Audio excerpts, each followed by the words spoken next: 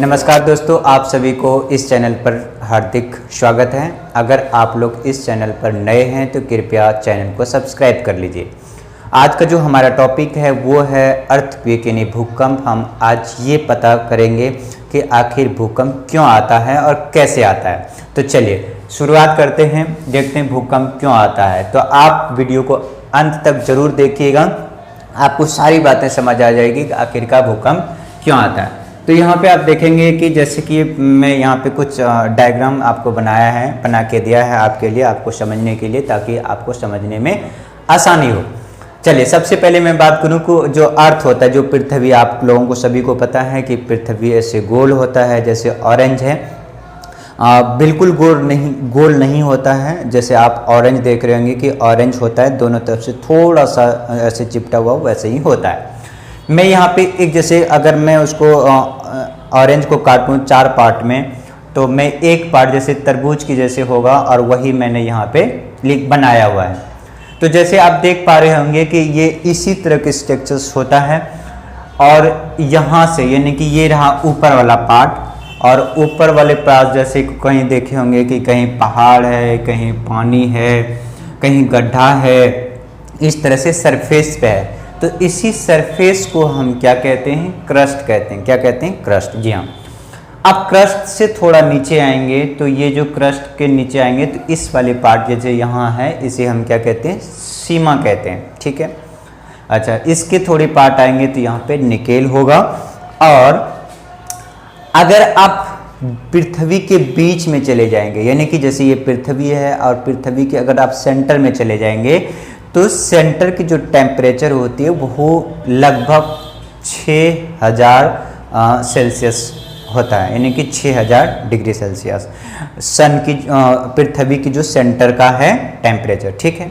अगर मैं बात करूं कि रेडियस, यानी कि यहाँ से जो क्रस्ट है या फिर भूपर पट्टी है, जिसे क्रस्ट को भूपर पट्टी भी कहते हैं, तो यहाँ से अगर क्रस्ट से लेकर अगर पृथ्वी के सेंटर तक की दूरी में बात करूं ऐसे, तो वो है 6371 किलोमीटर। ठीक है, 6371 किलोमीटर।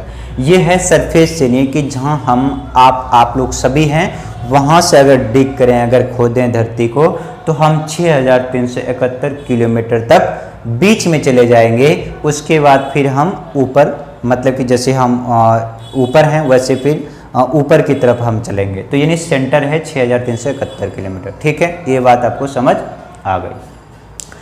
चलिए अब आपके लिए मैंने कुछ पिक्चर्स बनाया है। यहाँ पे देखिए क्या है, कुछ पिक्चर्स डायग्राम बनाया है, इसलिए ताकि आपको अच्छे से समझ आ जाए कि अर्थक्वेक या फिर भूकंप सरफेस पे या ज़मीन पे या फिर समुद्र में क्यों आता है।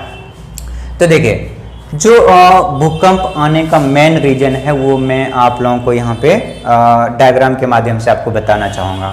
ठीक है। आप देखिए, मैं यहाँ बताऊँ, सबसे पहले आप देखिए, ये मैं जो फिगर में बनाया हूँ, जैसे ये है सरफेस। ठीक है, ऊपर वाले पार्ट में ये सरफेस है, और इसी सरफेस के ऊपर क्या है? पेड़ है, पौधे है, मानव है, जीवन है, तालाब है, कुआं है, यानी हर जो भी चीज़ें, मूलभूत सुविधाएं हैं या फिर वस्तु हैं, पार्क है, ये सभी इसी के ऊपर है। ठीक है। तो इसी के ऊपर है, और इसी के ऊपर जस्ट नीचे, यानी कि 0 से, यानी कि ये रहा 0, और ये 0 से 100 किलोमीटर की बात अगर करें तो 0 से 100 किलोमीटर दूरी को क्या कहते हैं? लिथोस्फीयर। और इसी लिथोस्फीयर को हिंदी में कहते हैं स्थल मंडल। ठीक है, क्या कहते हैं? स्थल मंडल। अच्छा, ये हो गया स्थल मंडल। अच्छा, उसके बाद फिर 100 से 400 किलोमीटर दूरी की बात करते हैं, यानी कि 0 से 100 किलोमीटर दूरी में लिथोस्फीयर या फिर स्थल मंडल कहा जाता है। और इसी 100 से 400 किलोमीटर दूरी की बात करते हैं तो इसे स्टेनोस्फीयर या फिर दुर्बल मंडल कहा जाता है। ठीक है। चूंकि देखिए, दुर्बल मंडल इसलिए कहा जाता है क्योंकि यहाँ पे जो सारे जितनी भी सब्सटेंस है वो पिघली हुई अवस्था में पाई जाती है। ऐसा क्यों? क्योंकि यहाँ पे देखिए क्या है कि जितने भी मेटल्स होते हैं, यानी कि सब्सटेंस है, वो रेडियो एक्टिव सब्सटेंट पाए जाते हैं। क्या? Radio active substance. अच्छा, रेडियो एक्टिव सब्सटेंस जो पाए जाते हैं इसमें, अच्छा रेडियो एक्टिव सब्सटेंस क्या होता है आप जानेंगे कि जैसे रेडियो जो हमारे घर में रेडियो बजती है तो उसमें कुछ वेव होती है और उसी वेव में वो तरंगदैर्घ्य छोड़ी जाती है जिसमें कि वो फ्रिक्वेशन जा सके, यानी कि उसमें वो चल सके, यानी कि वो कहते हैं ना ये फ्रीक्वेंसी जो है तैर सके, तो वही सब्सटेंट यहाँ पे पाए जाते हैं। अच्छा, चूंकि यहाँ पे देखिए क्या है कि इस वाले पार्ट में क्या है कि वो ज़्यादा टेम्परेचर है, इसकी जो टेम्परेचर है ये वाले पार्ट का जो टेम्परेचर है वो करीब 1900 डिग्री सेल्सियस टेम्परेचर है। इसकी कितने हैं 1900 डिग्री टेम्परेचर। इसकी टेम्परेचर ज़्यादा होने के कारण ये सभी क्या हैं, टेम्परेचर ज़्यादा होने के कारण ये सारी पिघली हुई अवस्था में है, यानी कि ये सारी क्या है पिघल चुकी है। और इसी पिघली हुई वस्तु को हम क्या कहते हैं, लिक्विड कहते हैं। क्या कहते हैं, लिक्विड, ठीक है, लिक्विड। और इसी लिक्विड को हम क्या कहते हैं, मैग्मा। क्या कहते हैं, मैग्मा। समझ आ गया होगा। अब देखिए ये मैग्मा है, तो अच्छा ये हम पता कर ले कि सर ये ऊपर वाला हमारे सरफेस है और इसी को हम लिथोस्फीयर कहते हैं, और इसी लिथोस्फीयर के 0 से 100 किलोमीटर और 100 से 400 किलोमीटर जो दूरी है उसे स्थेनोस्फीयर कहते हैं। ठीक, अच्छा आप देखिए जो ये 0 से 100 किलोमीटर दूर है और ये 100 से 400 किलोमीटर दूर है, ठीक है, तो अब ये सारी पिघली हुई हैं चीज़ें और ये क्या है, सारी सॉलिड है ऊपर में। तो इन दोनों को जो जोड़ता है, इन दोनों को जो जोड़ता है, तो इसी बीज को हम क्या कहते हैं, प्लेट कहते हैं। आप लोग कहते हैं ना, आप लोग सभी सुने होंगे कि ये वाली प्लेट ऐसे खिसकता है तो भूकंप आता है, ठीक है। तो मैं अभी उसी का फैक्ट्स आपको बताना चाहूँगा। तो ये क्या है, ये यानी कि लिथोस्फीयर और स्थेनोस्फीयर को जो जोड़ता है उसी को प्लेट कहा जाता है, ठीक है। अच्छा, प्लेट तो हो गया। अब किसी के मन में आएगा कि सर कितने प्लेट्स होते हैं, तो भाई बहुत सारे प्लेट्स होते हैं, लेकिन सभी के अलग अलग नाम दे दिया। जैसे कैसे नाम दिया, मैं कहूँ कि भाई हम यहाँ पे अभी इंदरपुरी में हैं, ठीक है, इंदरपुरी में, तो मैं कहूँ कि ये इंदरपुरी है, ये हमारा इंदरपुरी है, ये इंदरपुरी है, ठीक है। और इसी इंदरपुरी के ऊपर मतलब कि ये इंदरपुरी है, इंदरपुरी। तो इंदर यानी इस प्लेट के ऊपर चूंकि इंदरपुरी बसा हुआ है इसीलिए हमने इसका नाम दे दिया इंदरपुरी, ठीक है। अच्छा, मैं थोड़ा सा और यहाँ बात करता हूँ, पूरा दिल्ली, अगर मैं यहाँ पूरा दिल्ली है तो इसको जोड़ दिया, ठीक है, तो इंदरपुरी है। अब ये मैं कहूँ कि ये टोटल जो इतना से यहाँ तक है वो दिल्ली का प्लेट है। तो कहने का मतलब ये है कि जो साइंटिस्ट थे, जो भूविज्ञान थे, उन्होंने क्या करा, बड़े से बड़े एरिया को लिया और उन्हीं को उन्होंने प्लेट माना। अगर वो छोटे से छोटे एरिया को लेता, जैसे इंदरपुरी प्लेट, लक्ष्मी नगर प्लेट, शादीपुर प्लेट, जीटीवी नगर प्लेट, मुखर्जी नगर प्लेट, अगर ऐसे लेता तो फिर बहुत बड़ी हो जाती, इस तरह से अध्ययन करने में बहुत परेशानी होती। इसलिए क्या किया उन्होंने, जितना बड़े से बड़े हो सके उतना दूर तक उन्होंने प्लेट कंसीडर किया। कैसे, जैसे उन्होंने बोला भाई ये दिल्ली प्लेट है, दिल्ली से थोड़ा और प्लेट बड़ा कर दिया, जैसे ये बोला इंडियन प्लेट है, इसे और बड़ा कर दिया, कॉन्टिनेंटल लेवल पे ले गया, तो वो कॉन्टिनेंट लेवल पे ले गया कि ये एशियन प्लेट है, ये यूरेशियन प्लेट है, ये यूरोपियन प्लेट है, ठीक है, ये अफ्रीकन प्लेट है। तो वही दूर दूर तक उन्होंने प्लेट माना, ठीक है।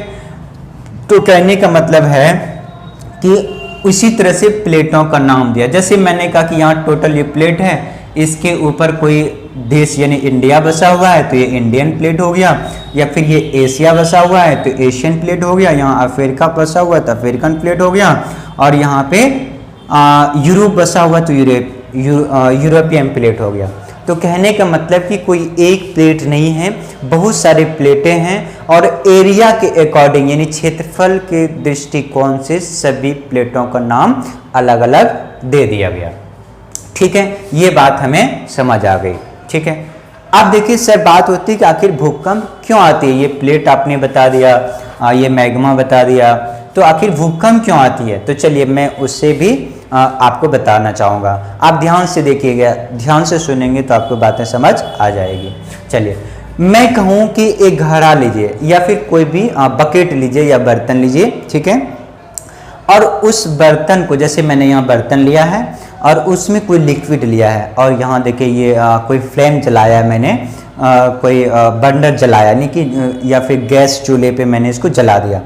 तो ये अगर हीट हो जाएगा, यदि टेम्परेचर ये ज़्यादा हो जाएगा या गर्म हो जाएगा, तो जैसे ये गर्म होगा तो यहाँ पे देखिएगा आप, ये ऐसे उबलेगा, यानी कि ये वाला पार्ट ऐसे उठेगा और ये फिर नीचे आएगा, यानी सर्कल पे चलता रहेगा, यानी ऐसे ये ज़्यादा अगर ऐसे खोलता है ना तो वैसे ये खोलेगा, ये ऊपर की ओर उठेगा और फिर नीचे आएगा, ऊपर की ओर उठेगा फिर नीचे आएगा, इस तरीके होगा। आपने देखा होगा, ये नेचुरली होता है, ये घर में आप लोग देखे होंगे। चलिए उसी तरीके से आप यहाँ देखेंगे कि ये जैसे ये तो चूंकि मैग्मा है यानी पिघली हुई चीज़ है, और यहाँ टेम्परेचर 19 डिग्री सेल्सियस है, तो ये चीज़ें क्या है कि अगर ये ज़्यादा टेम्परेचर यहाँ पे हो गया, ठीक है, तो वही टेम्परेचर क्या करेगा, ऊपर ये उठेगा, यानी कि धारा, कौन सी धारा, कन्वेक्शन करंट उत्पन्न हो जाता है। जिस जगह ज़्यादा कन्वेक्शन करंट यानी ज़्यादा कन्वेक्शन करंट उत्पन्न हो जाएगी, वो क्या करेगा, ऊपर की ओर उठेगा, और जैसे ये ऊपर की ओर उठेगा तो यहाँ पे ऊपर क्या है, जो लिथोस्फीयर और एस्थेनोस्फीयर से जोड़ता है वो है प्लेट। तो ये जैसे ये ऊपर की ओर उठेगा, यानी कि ऐसे घूमना चाहेगा, धाराएं मिलेगी, तो ये ऊपर जाके धक्का मारेगा, है ना, ऊपर जाके धक्का मारेगा। जैसे ये धक्का मारेगा तो इस प्लेट में जाके टकराएगा, ठीक है। जैसे ये प्लेट में जाके टकराएगा तो या तो ये अगर ज़्यादा सॉफ्ट होगा तो ये क्या होगा, ये ऊपर ज़्यादा उड़ जाएगा, और जैसे ये ऊपर ज़्यादा उड़ जाएगा तो ये यहाँ पे पहाड़ बन जाएगा, समझ गए, या पहाड़ बन जाएगा। और अगर ज़्यादा तेज नहीं हुआ, ज़्यादा तीव्रता नहीं हुई, तो ये क्या होगा, यहाँ पे हमें महसूस होगा कि भाई भूकंप आया है, ठीक है। और फिर क्या करेगा, कुछ पार्ट यहाँ पे जाके टकराएगा, कुछ लिक्विड मैग्मा, और कुछ क्या होगा, फिर ये सर्कल की तरह घूमेगा, यानी कि अंदर ही अंदर ये घूमेगा। तो आपको ये बातें समझ आ गई होगी कि भूकंप क्यों आता है, ठीक है। या फिर इस वाले प्लेट में टकराएगा तो ये कहते हैं कि भाई एशिया में आया है, या फिर ये अमेरिका में आया है, अब देखिए, या फिर भारत में, या फिर जहाँ भी सेंटर होता है। तो इसी के ऊपर जब ये वेग जितना तेज मारेगा उतना ही तेज ये ऊपर क्या होगा, मूवमेंट होगी, कंपन होगा, और इसी कंपन को हम किससे मापते हैं, सिस्मोग्राफ पे या फिर रिएक्टर स्केल पे, ठीक है। इसी को भूकंप सिस्मोग्राफ कहते हैं, या फिर रिएक्टर स्केल। तो जितना होता है, जैसे कहते हैं 5 किलोमीटर दूरी, तो अभी जो भूकंप आया था 2-4 दिन पहले दिल्ली में, आप देख रहे होंगे कितना स्केल था, वो 4.6 था, यानी 4.6 तीव्रता से भूकंप आए थे, और वो धरती से 5 किलोमीटर दूर। तो इसी तरीके से यहाँ से ये जो धारा है, ये मैग्मा को करंट ऊपर मारा होगा और ये धीरे धीरे ऊपर से नीचे आएगा। अगर मान लीजिए ज़्यादा अगर ये फोर्सेबल होता है तो ये क्या होगा, ये ऊपर की तरफ ऐसे ऐसे उड़ जाएगा, यहाँ पे प्लेटें, और जैसे ये प्लेटें ऊपर उठेगा तो यहाँ क्या होगा, ये पहाड़ बन जाएगी, ठीक है, और ज़्यादा ये पहाड़ बन जाएगी, ठीक है। और यही जब या तो पहाड़ बनेगा तो भूकंप की तरह आएगा, या फिर कहीं पे बन रहा होगा उस समय भूकंप। अगर यहाँ पे मारा, मान लीजिए कि ये प्लेटें हैं, ठीक है, अब ये प्लेटें हैं मान लीजिए, या फिर सरफेस है, अब यहाँ पे ये ऐसे इन्होंने मारा, तो या तो देखिए जैसे ये मारा तो यहाँ ये प्रेस करेगा यहाँ पे, जैसे ऐसे ऐसे, तो अब देखिए या तो ये टूट भी सकता है, अगर टूटेगा तो क्या होगा, और या तो टूटेगा तो ये भ्रंश यानी कि धंस जाएगा नीचे, उस तरह से यहाँ पे लेक भी बन सकता है, तालाबें भी बन सकती है, और इसी तरीके से भूकंप आता है और पहाड़ भी बनते हैं। तो बातें आपको समझ आ गई होगी, ठीक है। कई सारे जो जैसे कि ये है अपना जो ये हिमालय है, हिमालय पर्वत है, जैसे माउंट एवरेस्ट है, ये सारे इसी तरीके से जो प्लेटेट्स हैं, जैसे लिक्विड फॉर्म नीचे वो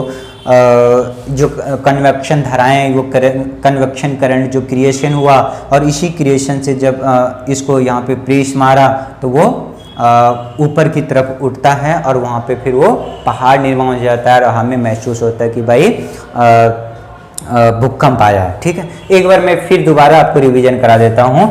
देखिए एक्चुअली क्या है कि ये हमारा सरफेस है और ये सरफेस से यानी कि सरफेस पेड़ पौधे हम यहाँ पे हैं, सरफेस से 0 से 100 किलोमीटर दूरी पर जो होता है उसे लिथोस्फीयर या फिर स्थलमंडल कहते हैं, और 100 से 400 किलोमीटर जो दूरी पर है इसको स्थेनोस्फीयर या फिर दुर्बल मंडल कहा जाता है।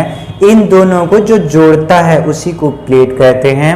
और क्षेत्रफल यानी जितना बड़ा हो सके, जैसे कि एशिया, यूरोप, अंटार्कटिका, ठीक है, अफ्रीका, साउथ अफ्रीका, तो इन्हें इतनी ही दूरी पर एक क्या करा हमने, प्लेट मान लिया, कंसीडर। तो यही मान लीजिए ये प्लेट है, ये प्लेट है, ये प्लेट है।